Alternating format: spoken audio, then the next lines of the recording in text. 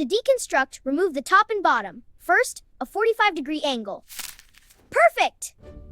Now, I'll use the wooden block to press evenly. Apply firm, steady pressure across the whole sheet. And there we go!